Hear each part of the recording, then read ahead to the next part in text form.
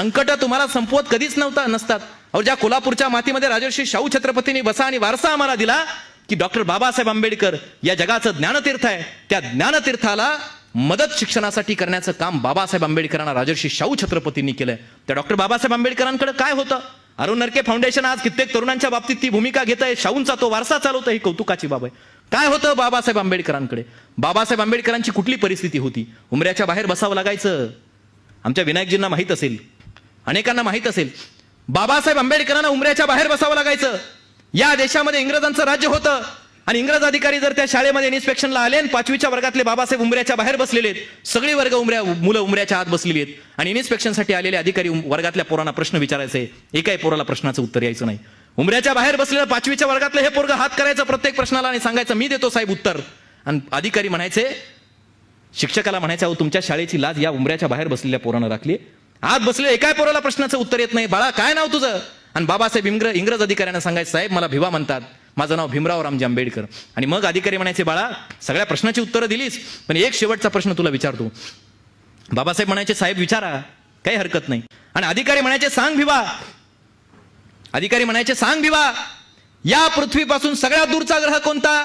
आणि 5वीच्या वर्गातले बाबासाहेब असे खाली मान घालायचे, डोळ्यात अश्रू यायचे आणि इंग्रज अधिकाऱ्यांना सांगायचे, साहेब या पृथ्वीपासून सगळ्यात दूरचा ग्रह कोणता मला माहित नाही, पण माझ्यासाठी सगळ्यात दूरचा ग्रह वर्गाच्या कोपऱ्यामध्ये ठेवलेला पाण्याचा माठ आहे. वर्गाच्या कोपऱ्यामध्ये ठेवलेल्या पाण्याच्या माठाला हात लावायचा अधिकार ज्या डॉक्टर बाबासाहेब आंबेडकरांना नव्हता. इतकी परिस्थिती त्यांची बिकट होती, व्यवस्थेनं परिस्थिती करून टाकली होती, तरी सुद्धा स्वतःच्या काळजाचं रक्त आपल्या लेखणीला पाजत देशातल्या सर्वोत्तम विद्यापीठांमध्ये शिक्षण घेऊन स्वतःच्या त्या लेखणीच्या माध्यमातून या देशाचं संविधान निर्माण करत सर्वसामान्यांच्या हाती दिल्लीच्या तख्ताला खाली खेचून आणण्याचं सामर्थ्य बाबासाहेब आंबेडकरांनी आमच्या हातामध्ये दिलंय. अरे ज्या कोलंबिया विद्यापीठात बाबासाहेब आंबेडकरांनी शिक्षण घ्यावं, मोठं किती होता आलं पाहिजे. घे उंच भरारी, मला विषय दिलाय म्हणून सांगतो, उंच भरारी किती घेता आली पाहिजे. भरारी घेणं म्हणजे काय? आयुष्यात सर्वाधिक श्रीमंती संपत्ती कमावणं याचा अर्थ मी भरारी घेणं समजत नाही. मोठं किती होता आलं पाहिजे, तर बाबासाहेब आंबेडकरांच्या इतकं मोठं होता आलं पाहिजे.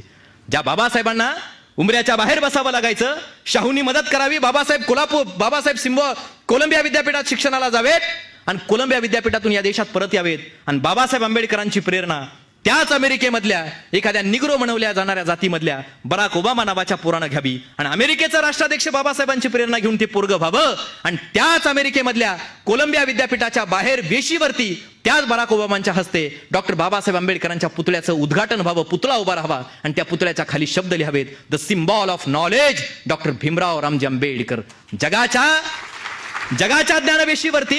जगाच्या ज्ञानवेशीवरती उमऱ्याच्या बाहेर बसावं लागलेल्या पोराला जगाच्या ज्ञानवेशीवरती या जगाचं ज्ञानतीर्थ बनून शोभावं लागावं. मला वाटतं इतकं मोठं होता आलं पाहिजे, इतकी उंच भरारी आम्हाला घेता आली पाहिजे.